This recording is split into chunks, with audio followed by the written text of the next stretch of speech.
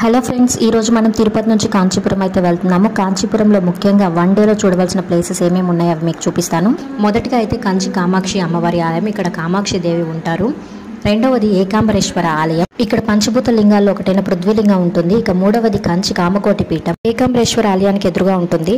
నాలుగవది వరదరాజ పెరుమాళ్ ఆలయం, బంగారు బల్లి వెండి బల్లి ఉన్నటువంటి ఆలయము.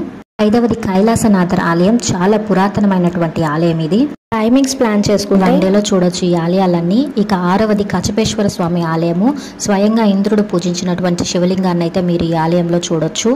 ఏడవది వైకుంఠ పెరుమాళ్ ఆలయం, ఈ ఆలయం కూడా చాలా అద్భుతంగా ఉంటుంది. ఇక ఎనిమిదవది కుమారకొట్టం సుబ్రహ్మణ్యేశ్వర స్వామి ఆలయం, ఇక్కడ సుబ్రహ్మణ్యేశ్వర స్వామి కొలువై ఉంటారు. తొమ్మిదవది ఉలగలంత పెరుమాళ్ ఆలయం, ఇక్కడ వామనమూర్తి 40 అడుగుల ఎత్తు విగ్రహం ఉంటుంది. 10వది పాండవదూత పెరుమాళ్ ఆలయం. 11వది చిత్రగుప్త ఆలయం. చూసారు కదా ఫ్రెండ్స్, వీడియో నచ్చితే లైక్ చేయండి.